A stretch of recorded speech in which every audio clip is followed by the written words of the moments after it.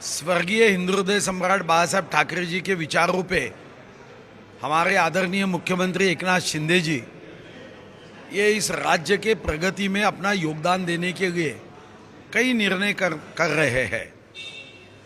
आज उन्होंने आज स्मृति को अभिवादन करते हुए स्वर्गीय हिंदू हृदय सम्राट बाला साहब ठाकरे जी, जिन्होंने अपने जीवन में 80% समाजकारण और 20% राजकारण, ये भाव जन जन के और विशेष रूप से शिव सैनिकों के हृदय तक पहुंचाया था।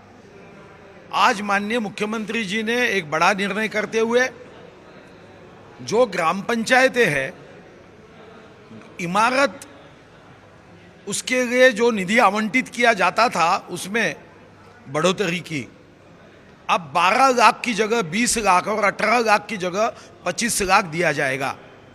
उसके साथ ही ग्राम पंचायत का योगदान उसमें 10% और 18 लाख की योजना में 20% था।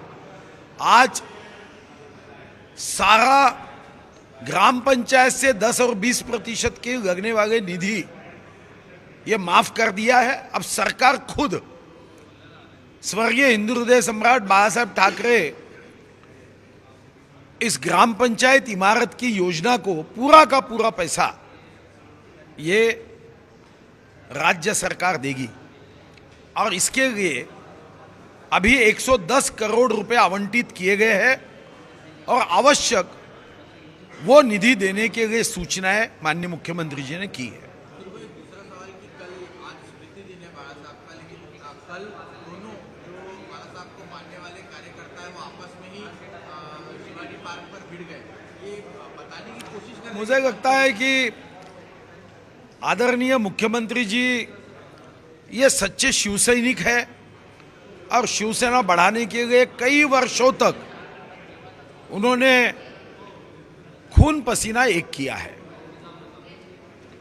अब हिंदू हृदय सम्राट बाला साहब ठाकरे जी इनको अभिवादन करने के लिए, वंदन करने के लिए, नमन करने के लिए जब माननीय मुख्यमंत्री जी वहां गए तो यह घटना बहुत दुखदायक है। यह संकुचित विचारों का परिपाक है।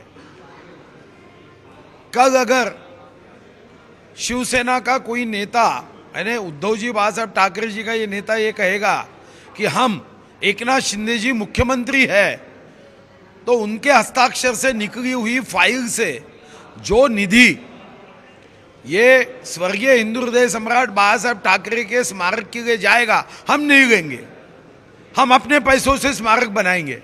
तो ऐसा होगा क्या? नहीं होगा।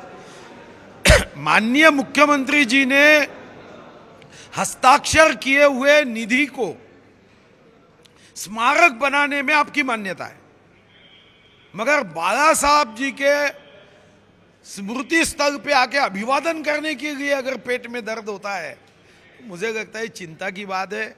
राजनीति का स्तर ये बहुत ही गति से गिर रहा है, ऐसा मुझे लगता है।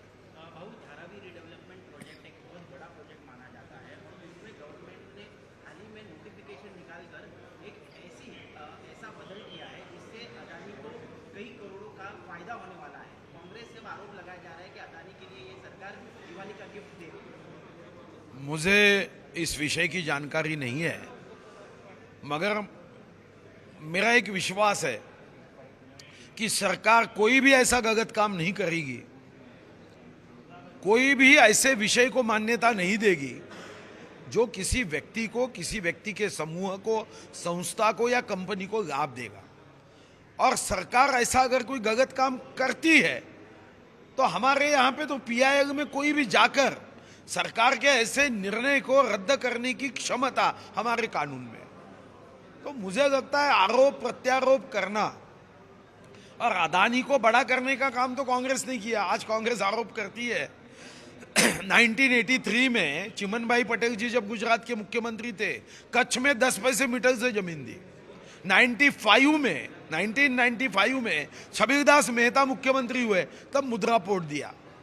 अंबानी क्या भारतीय जनता पार्टी के राज में बड़े हुए क्या? किसने दिया पेट्रोलियम का काम? ये झूठे लोग हैं।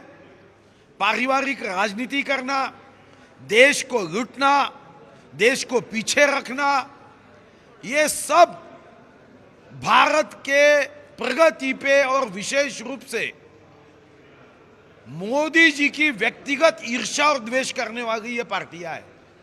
अगर मोदी जी ने वंदे भारत कहा तो इनको दुख होता, नमो भारत कहा तो दर्द होता है, नया संसद भवन बनाया तो कभी कोई राष्ट्रपति महोदय वहां नहीं गए कोई उद्घाटन के लिए, मगर कोई कारण निकालना। तो देखो ये ऐसे लोग हैं, ये सिर्फ और सिर्फ विकास को रोकने की बात करते हैं। इनको लगता है कि धारावी में रहने वाले, झोपड़ी में रहने वालों के जीवन में कोई भी बदलाव ना हो, ये झोपड़ी में रहे, इनके जिंदगी भर इनके नारे चलते रहे, गरीबी हटाओ गरीबी हटाओ। इन्होंने गरीबों को हटाया, तुर्कमान गेट इसका उदाहरण है। इन्होंने गरीबी नहीं हटाई। ये आंकड़े हमारे देश के सामने अभी रखे हैं और आज वही कहते हैं भारत माता की मृत्यु हुई। ऐसे नेताओं के बारे में क्या कहना है। देश विदेशातील प्रत्येक घडामोडींचे लाईव्ह अपडेट मिळवण्यासाठी आता साम टीव्हीच्या सर्व सोशल मीडिया प्लॅटफॉर्मला लाईक, फॉलो आणि सबस्क्राईब करा। तसंच सर्व नोटिफिकेशनसाठी बेल आयकॉन प्रेस करायला विसरू नका।